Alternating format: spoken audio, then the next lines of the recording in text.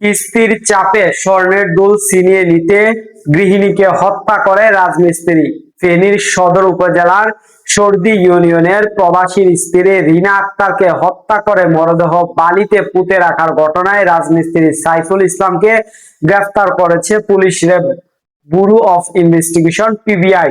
কিস্তির টাকা পরিশোধের চাপ থেকে স্বর্ণের দুল ছিনিয়ে নিতে গিয়ে এই হত্যাকাণ্ডের ঘটনা ঘটে প্রাথমিকভাবে জিজ্ঞাসাবাদে স্বীকার করেছে তিনি।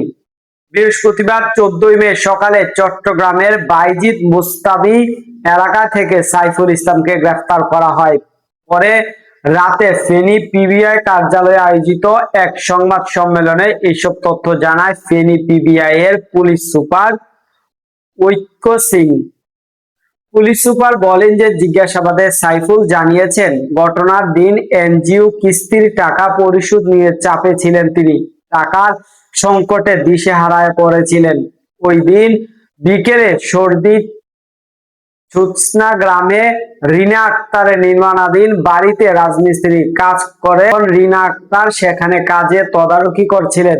এক পর্যায়ে রিনা আক্তারের কানের থাকা স্বর্ণের দুল দেখে লোভ হয় সাইফুলের। দুল ছিনিয়ে নেওয়ার চেষ্টা করেন, রিনার বাধা দেয়। এই সময় দুজনের মধ্যে ধস্তাধস্তি সৃষ্টি হয়। এক পর্যায়ে সাইফুল গলা চেপে ধরলে শ্বাসরোধে রিনা মৃত্যু হয়। পরে ঘটনাটি ধামাচাপা দিতে নির্মাণাধীন ঘরের নিচে ভেতরে বালু খুঁড়ে গর্ত করে সেখানে চাপা দেয় লাশ। দর্শক, সাবস্ক্রাইব করবেন, লাইক করবেন, শেয়ার করবেন, কমেন্ট করতে ভুলবেন না।